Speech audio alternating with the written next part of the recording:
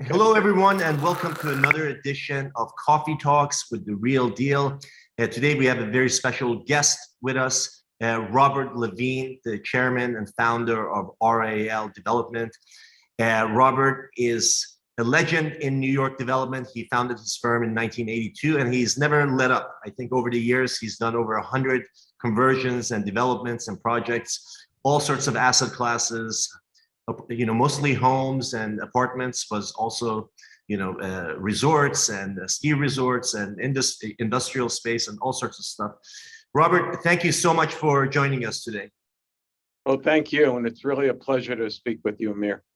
Look, at this stage in your career, like you've been doing this since 1982, your company. I'm sure you started before that. But obviously, at that age, you had a different motivation. You're probably more motivated by money and things like that. And you achieved a lot of that stuff, obviously, for a long time. You even thought in past interviews, you mentioned that you were thinking about retiring in the early 1990s, which, come to think of it, is crazy because I was like almost 30 years ago. So and to think that you were thinking about retiring in the early 1990s, but you went on and here we are today, 30 years later, and you're still going at it. Obviously you're not motivated by money anymore. What is the thing that motivates you now? Well, first of all, having lived through a number of cycles, I think that's, sometimes that's a motivation to think about retirement. I'm very fortunate that my son-in-law, and numbers of people in our organization have, been with me, and this is a home. I mean, we are, having started really in 1981, it's really 1979 that spread over into 1981. By the time we were totally, on moving forward, but I mean, I've got people here that are really have been here since 1981. So it's a very the motivation is really the fact that we really are a family and we really are codependent in many ways. And then with the introduction of my sons and my son-in-law, and some of these other people. Spencer and your son-in-law. Spencer and my son-in-law is Josh. Josh. And my older son actually is a spin-off that is doing only work in the South. And when we say the South, we're not talking about Miami. We're talking about the real South. Charleston, Savannah, right. Charlotte, Raleigh. He's a we refer to him as Boss Hogs now. Did he come back with an accent? No, he hasn't come back with an accent, but his knowledge is very broad of that area. So I'm gonna have to press you on this one because I feel like a lot of people want to know, somebody who's achieved this long for their lives, what is the motivation for you personally, outside of the community, outside of what you provide and what you provided for all the people around you? What for you personally, coming to work every day or whenever you do, what motivates you? What inspires you to do what you do and not go and be in your house in Connecticut? I have a true passion for implementing projects and design and seeing things through. I also am very persistent, as a number of many people in the city's administration will tell you that. I mean, you take a project, like Pier 6 in Brooklyn, where we were delayed, and you wrote about many things. We had opposition from the community. We had issues, but we've always been persistent, and we have great tolerance, and we believe in community relations and trying to make things, work for people. And I also, I mean, you talk about, how much I come. I'm in the office every day, and it doesn't, end. It never ends. And has the pandemic changed it at all for the staff? Well, or for your the team? pandemic was really. We shut down our offices on March 23rd of 2020, and we went to a remote program where we had calls every day, Zoom calls every day at 10 o'clock. We have 3 offices. We have an office in Denver, and we have an office in the Caribbean as well. So we had everybody on those calls. All of the younger people, and I refer to them, you know, they claim, and my son and my son-in-law and everyone said things were moving along, we're fine. Yeah. Okay. I personally was actually in our office every day through the pandemic, because when I stayed home for the first week, working from home, I really didn't even know what day it was because everything just blended. Right. So I went into the office, and you know, I found initially the Zoom calls were okay. They were okay. They weren't great, but they were okay. We got through things, and we have, you know, and we have a number of projects in construction, plus management, plus, you know, in planning or programming. And so there were different aspects of everything that had to still be addressed. We didn't stop any of our projects until it was mandatory. And actually, one was deemed essential, the 14th Street office building that we're building.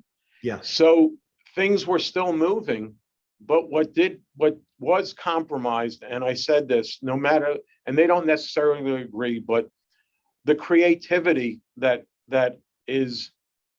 flows in this office through the communication and the reliance upon everybody was definitely impacted. Yeah, for sure. I can see that. There's less of a collaboration when it comes to the creative side. Yes, right? You know, that collaboration is very important.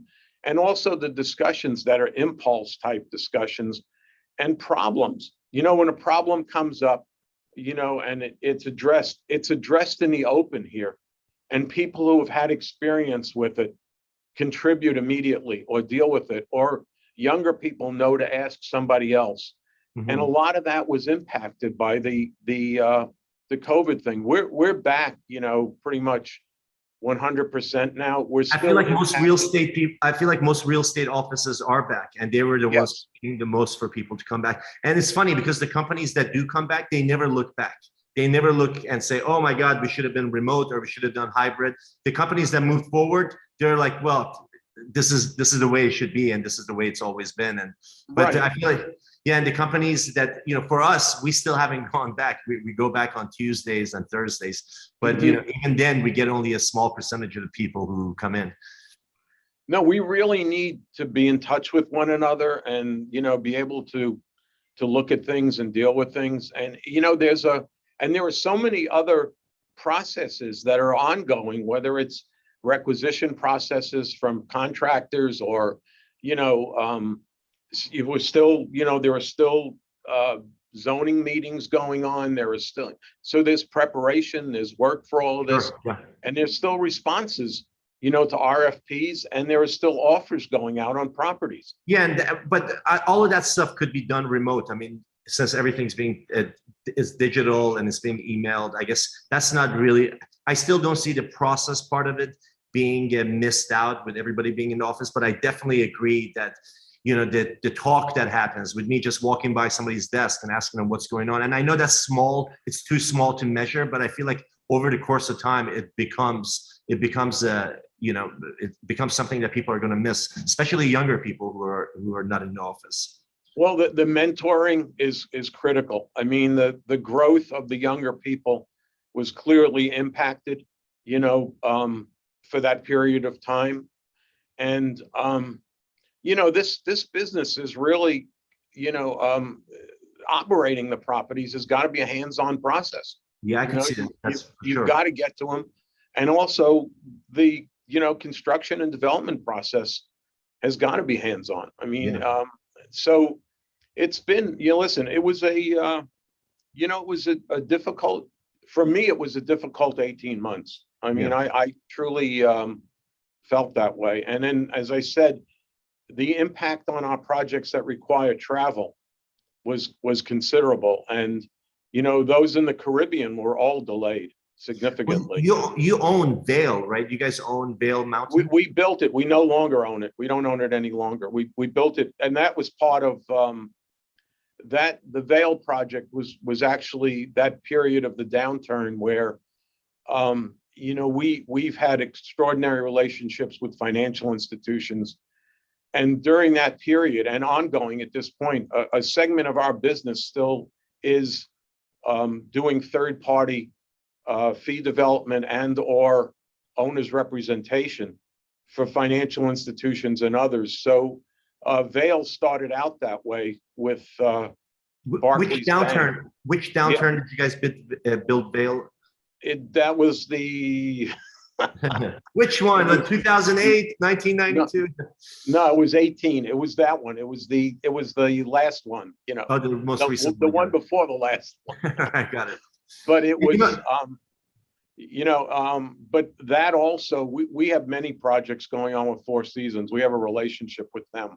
So they're a I mean, you guys built a lot of stuff for Four Seasons. Yes. You did Puerto Rico, you did Vail. Puerto Rico is still ongoing, and that's another one, but it's actually, Puerto Rico's on hold right now. That's one of the Caribbean deals that's on hold. But we did Atlanta, we've done Houston. We've been all over with. And you're doing the Mandarin Oriental in the Grand Cayman Islands, which will be the only one of its kind in the Caymans, correct? Because there's none of this kind at this 5-star level in the Caymans. It's going to be spectacular. I mean, it's an assemblage of over 60 acres of waterfront property. I think it'll be the first true resort destination in Grand Cayman, as opposed to, just the hotels along, 7 Mile Beach. Yeah. But it's really gonna be spectacular. And you partnered with Ryan Melkonian of Melkonian Capital for this, and who happens to be our neighbor. But so I remember when he first started putting the pieces together for it. So did he bring you in as a partner, or did he bring you in as a fee developer? No, we're in as a partner with Ryan, and it's a great partnership. Ryan's exceptional. He's got a great vision, but we afford that ability to control somebody with a great vision. Yeah, good. which is necessary in terms this of. Is his first development, so he's going to have to rely heavily on you guys, and it's a major one. It's like like a $350-400 million project. Yes, yeah, that's only phase one, and the hotel and some of the branded residences. I mean, it's going to be ultimately it's fantastic. Well, I definitely want to come to that opening party, Robert. I know you. Okay. You got it. And listen, so I have a bunch of other stuff I got to get through with you, so I'm going to jump around a little bit. Look, you guys, like I mentioned earlier, you guys have built over 100 projects. Obviously, some of them you do for clients, some of them you do for yourselves. But especially in the parts of Brooklyn and the city, you build entire city blocks. What's your approach to politics? Because obviously, like an elected official is there for 2 to 6 years, and you and your asset are there permanently. How do you approach politics in New York City? Well, I think first of all, we look at a project from the onset on its merits and what it is. We also recognize that we're coming into a community, or we are, initially every developer is perceived as someone trying to take advantage of the community in some fashion. Everybody always thinks that developer is the guy from Monopoly with the top hat and a monocle. And we're the farthest thing from that. But anyway, I think a perfect example of coming into something is when we did One Brooklyn Bridge Park, which was a massive project. How many units was in that? It's 400 and I think it was 475 condominium units plus 500 car attended parking garage, 200 for sale spaces, and about 120,000 square feet of retail. That was the entire city block, correct? Yes. And I know, our viewers in Miami listen to that, and they think that's a standard size project. But a project that size in New York, it's they're there and very far in between. It was an enormous undertaking, and but we approached it very differently. First of all, we bought that building from the Jehovah Witnesses. We bought it at a fair market price and had the building, and the building required, a rezoning, and it was surrounded by what was going to be Brooklyn Bridge Park. What we did, and was a very unusual situation, and you talk about how do you deal with the city, the state, this had everybody involved in it, and the community, is that building also had easements that extended into what would be Brooklyn Bridge Park. And it had influence or impact on a lot of the development of Brooklyn Bridge Park around it. So what we did was we actually went to the Brooklyn Bridge Park Development Corporation and the state, and we offered to contribute that building, which was purchased for over $200 million, to the park. We contributed to the park in exchange for becoming part of the park, which gave it a zoning override, which didn't require then to get a rezoning. It was part of the park. And we established the basis to make the park self-sustaining. And what I mean by that is subsequently, the building paid a nominal ground rent on top of that, and a pilot payment. This was sort of your way of winning favor with the local city politicians, where they couldn't. Correct. Well, what are you contributing other than fattening your pockets? You're saying, well, here's a piece of land that I could have turned into profits, and I'm giving it back to the city and also managing it. Yes, and what we did was it allowed the park to come right up to that building on all sides. It didn't require those easements any longer, and it truly anchored that southern end of the park, which subsequently Pier 6 was added to as well, which, as you know, we also ended up being the successful respondent for Pier 6. And on Pier 6, what we did to embrace the city and the community still remains unheard of by anybody else.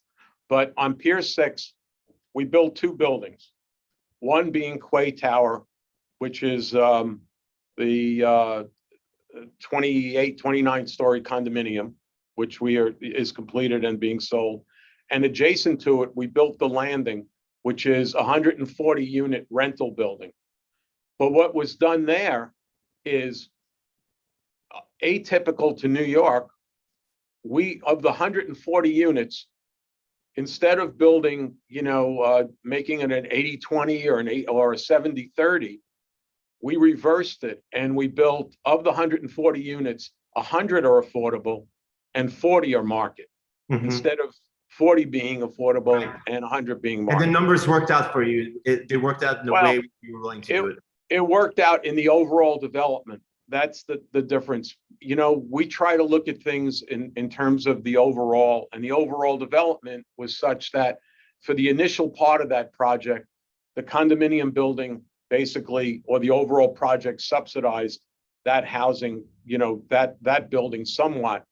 But now at the end of the day, the building is such that it's 100% occupied. It refinanced, it took care of itself, and it was a successful rental building. I was hoping to get some dirty stories about envelopes going to politicians, but giving away parts, it also works. I did live through those days, by the way. Those were the early parts of my career were quite interesting. That was there, when you've been doing this as long as I've been doing it, everything was different. The building department was a very different place. I started out my career, as you know, I'm an architect as well. And I started out my career being the young guy that had to go to the building department. And it was a very different place, and it was all pay to play. It was, oh wow! It was when the city officials had second homes and third homes in the Connecticut and Long Island, and the inspectors. It was a different world. It was, now it's this is a very refined operation now. It's a very sophisticated building department. It's a very sophisticated planning department. When Robert, I want to ask you, we have this class, I teach this class at Columbia, it's on development, and we have a lot of other developers come in there. And, we always ask people who their favorite developers are. And a lot of developers, especially the New York ones, they come back and they say, they love the way you guys operate. And they say you're a developer's developer. Now, it means a lot for whoever you pick, but like, I'm really curious to know who is the developer that you sort of admire right now, active in the city. Larry Silverstein, without any doubt. It's funny, we interviewed you in 2009 and you said the same thing. Same thing. So I want to pick a number 2 or number 3 if you can. I'm really curious to know who you pick. Silverstein's too easy. Okay, Jeff Levine would be another that I have a lot of respect for. Jeff Levine of Douglaston. Yes, would be another. But Larry is Larry's perseverance, his and just generally, he's he's always been I always respected him tremendously. Yeah, no, for sure. He definitely has earned it. It's funny because a lot of people didn't know Silverstein until 9/11, and then right. And I feel like he's had this like very full career up to that point, and then yes. he probably thought like, God, I can't top this by any means. And then his real career started 20 years ago, and he's like well into his 80s. And in terms of architects, you're an architect. You do really your stuff is not purely for profit. You guys do interesting projects. Who's an active architect right now?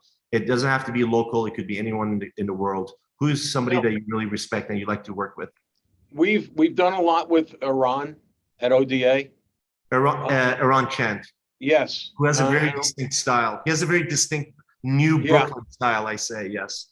He's been great. His firm is very good to work with.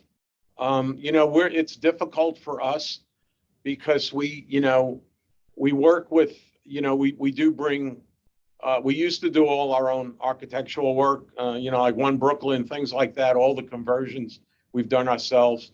A lot of the new buildings we've done, but of late, we've used third-party architects, and Iran has been one. We've worked with Marmel Radzinger from the West Coast as well. They've been good. They were on a project too with us. What are the advantages of not using your internal guys and using a third party for architecture? To me, it's not an advantage. It's the transition of our organization, I believe. We're doing a project in Miami right now with a couple, but 2 new office buildings in Wynwood, and you're doing it for yourself or as a third party? That's for us. Okay. Has that been reported yet? The Wynwood projects? Just recently, it was just picked up when we closed on the land. Got it. We're doing it in partnership with David Edelstein because with his familiarity in that area. But there we're using Architectonica, and they're working with us. We've used third-party architects regularly. Philadelphia, we just completed a very large project, and there we used a third-party architect that basically, once we got it into the construction documents, our people took over. There's the advantage of using a local architect who knows how the city works and who the players are. Right. But then in terms of a design architect, you could pick anybody and have a local pick it up from there. Right. And that's what we've done in some cases. We've got another project in Wynwood, actually, that's going to be a mixed use project. And in that one, we're actually planning to have a competition to bring on the design architect. And then we will supplement it with, someone doing the production on it. Robert, I have to wrap this up, but I wanted to ask you if you could share how technology and all this prop tech talk, obviously for the last 4 years, more venture capital money has gone into prop tech than any other industry, just because real estate was so far behind in terms of investing into the technologies necessary to advance development.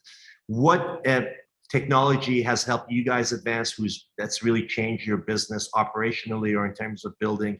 Is there any tech out there that you think it's Yeah, I mean, we're very heavily committed to Procore and some of those things where we manage the whole project in terms of that being the depository for everything. Now, I personally still require every project we have to have a full set of drawings in the office, paper drawings that I can look at, because it does make a difference, I still believe. But everybody else in this organization manages everything electronically. right? You know, we're looking at that. We're looking at different property management tools right now as well. There's a lot of new things out there, and I know that that's one of the things my son-in-law is dealing with. And we're transitioning to a lot of that, which I'm really have not been involved in. You know, the whole, I mean, technology it's everything we touch right now. It's amazing. We always say it's not even tech anymore. It's just a way of life, right? So listen, we used to prepare a set of drawings. I mean, I could tell you the days I, worked all night to finish a drawing, by hand. And or tried to do a sketch or a rendering. Renderings used to take us weeks to get, from the renderer. Right. Now I walk outside and my guys in 20 minutes, they've got a rendering or incredible. which is amazing. Presentations have changed dramatically. The responses to, purchasing properties, RFPs, planning boards, it's a different world. And the ability to transmit drawings the way we can now is just remarkable. Just to bring this to closure, but I have to say, I came through the whole process where first, when we had a problem on a project, we had FedEx, and we had that period of time when they had it to send, have a problem, do the sketch, send it back to the site and get it there. So you had some time to deal with things. Then the fax machine came along, and we used to joke in our offices that one day we were not going to be able to open the doors to get in the office, because when we come in the morning, there would be so many faxes that the office would be just filled and it would be impossible. Faxes went to then, emails, and now it's, the ability to transmit drawings, photographs, everything else is just it's all instantaneous. And you have to have, we have staff that does nothing but prepare to deal with the questions coming in on projects. That's all. And how much has that helped you reduce your staff just by having technology replace that? I'll give you an interesting story before you answer that. We used to print when we first started the magazine. We used to print in this place in New Valley in Pennsylvania, and it was a 24-hour print shop. The machines could not stop. If they stopped, it would cost them a fortune. So it was 24/7. They were scheduled to work, and each shift was 314 people. Then the plant invested in these new machines. They bought them for like $80 million machines. And now each shift is 12 people. And even the 12 people are redundant. Literally everything from the time the paper is picked up that goes through the machine, it goes literally spits it out into the trucks and it goes away. And it just destroyed the town, but that's another story. But, it went from 300 people per shift to now 12 people per shift. So I'm sure you haven't seen that kind of an impact on your business, but how has it reduced how has technology reduced your staff in general? Well, it's still, for us, it hasn't really, it has reduced our staff in terms of administrative and support people, because now there are no longer, secretaries, there's no longer administrative people like that. Everybody now does their own emails, their own typing, their own whatever. Right. That stuff, that's gone. In terms of production of drawings, you're still drawing, whether you're doing it on a tablet and producing it in AutoCAD or you were drawing it. The difference is the space requirement. Right. And we went into CAD very early on. So we were into it when you needed an MIS person, you needed we had air conditioned rooms for the equipment. We had the, the reels, and the tablet was probably, 4 feet by 6 feet. And it was a whole desk to work it. And it was called the Prime Medusa system at the time.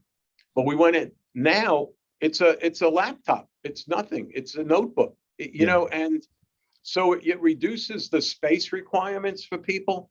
However, on the other hand, COVID has increased the space requirements for people. So we actually just moved our offices in the pandemic because we were in a very creative loft building that we had that had a small elevator. And one of the issues I had with my people was the elevator. So we went to a traditional office building, fitted it out as if it was ours, something interesting. But we're in a totally different environment, and everybody has their own offices again. Right. So it's a different, everything has evolved. I wanted to ask you, like, there's so much tech out there, and there's constantly new stuff that comes out. How do you mentioned that you picked up CAD early on. How do you decide which technology you're going to adopt? Because like sometimes you embrace platforms that, for whatever reason, they go out of business or they're not able to get traction, and then they're already entangled into your systems. How do you decide which ones are going to work for you and which ones you're going to wait to see what happens with them and if they're going to get adopted? We tend not to be so much the guinea pigs. We like to see things, and their longevity, and actually see who and what's behind it, so we are careful. In the case of when we went into CAD, we did choose that time they were the foremost, and they did have longevity and they lasted. Now it's AutoCAD and Revit. Those are the things that are out there in terms of that. On property management, you do see a lot of new things appearing. And that is an area that, we have experimented in some cases. And, in some cases we tried something and it didn't work and we dropped it. It's funny what an impact sometimes these things could have. We do this event in the Bahamas every year for CEOs and principals, and it sort of puts developers and landlords in front of CEOs of tech companies. And 2 years ago when we did this, there was a guy there who had about 20,000 apartments across the country, and he said his people kept pushing him to use this technology for management of buildings. And he kept resisting. He said, we've been doing it this way for 35 years. It's worked for us. We're not going to change things. And then his people kept pushing it. They said it's just a better way to do it. And he finally embraced it. And then he saw in that department of his business savings or increases of business and savings of about 28%, almost 30%, which is tremendous for that size business. And now he's like all ears about any sort of technology that could sort of, change the way they do things. It's amazing to see the results and the impacts of like what a platform, a tech platform could have on a business, and just improve it or increase it in however. They're extraordinary management tools. And the one thing you have to be careful of, though, is that in having these management tools and the ability to decipher and segregate different information to utilize it, you just have to be careful. And I've been through this with different businesses and ours as well. Is the one philosophy we have is not to manage our business from the bottom line up. You have to still remember what you're trying to accomplish, who your customer is, and what level of service do you want to provide before you start, because it's very easy with all of these tools to start to, cut back certain things or try to meet industry standards or something like that, that in the long run can destroy your business. Right. Yeah. How's that for closing? We're not there yet, thank God. But yeah, there's all right. Well, Robert, thank you so much for your time today. This was great. It was great to connect with you.